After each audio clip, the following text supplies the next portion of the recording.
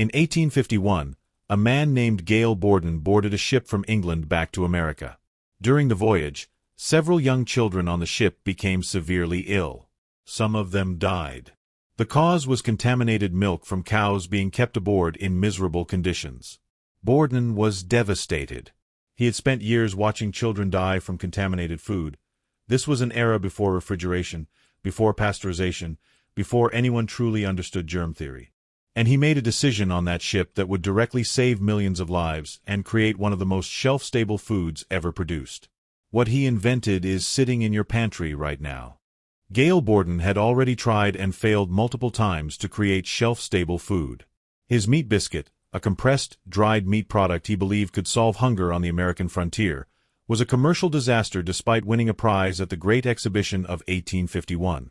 The man was obsessed with the idea that food didn't have to spoil, that the right process could lock nutrition in place indefinitely. The breakthrough came when Borden adapted vacuum pan technology, originally developed by sugar refiners, to milk. The process was deceptively simple in concept. Fresh milk was placed in a sealed vacuum chamber. By removing air pressure, Borden could cause the milk's water content to boil and evaporate at temperatures far below normal boiling point, around 104 degrees Fahrenheit 40 degrees Celsius rather than 212 degrees Fahrenheit. This low-temperature evaporation removed roughly 60% of the water from the milk without cooking it, without destroying nutrients, and without imparting a cooked or caramelized flavor. The result was a thick, concentrated milk with dramatically reduced water content. And here's the critical insight that Borden understood. Bacteria need water. Remove the water, and you remove the primary medium in which bacteria live, reproduce, and spoil food. Borden received his patent for condensed milk in 1856. He struggled initially to find investors. Then the American Civil War began. The Union Army needed to feed hundreds of thousands of soldiers in the field. Fresh dairy was impossible. It spoiled within hours, especially in summer. The Army needed something portable, shelf-stable, nutritionally dense, and safe.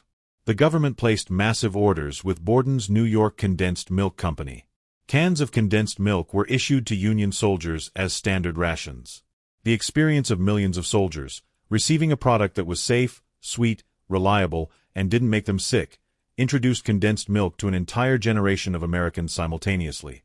When the war ended, those soldiers went home. They brought the product with them.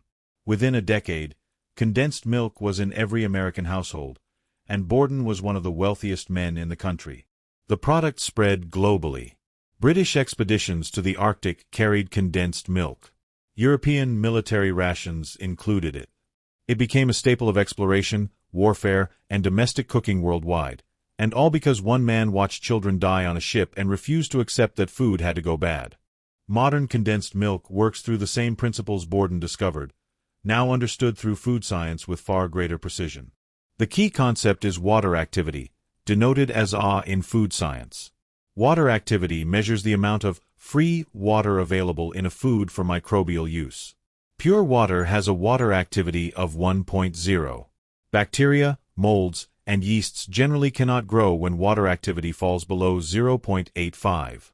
At or below 0.6, virtually all microbial growth stops entirely. Sweetened condensed milk has a water activity of approximately 0.83, right at the edge of microbial survival. The combination of reduced water content from evaporation and the massive concentration of added sugar, about 40 to 45% of the final product, creates an environment that is essentially hostile to microbial life. The sugar isn't just there for sweetness. Sugar is hygroscopic. It aggressively bonds with water molecules, pulling free water into sugar-water bonds that microorganisms cannot access. The bacteria that would normally spoil milk find themselves in a dense, sticky, sugar-saturated environment where there simply isn't enough accessible water to sustain them. Unsweetened evaporated milk, which is condensed without added sugar, relies on sterilization during the canning process instead. It's heated to temperatures that kill all bacteria, then sealed in an airtight can. The seal prevents recontamination. These mechanisms together, low water activity, sugar concentration, or sterile canning, are what allow an unopened can to sit in your pantry for months or years without spoiling.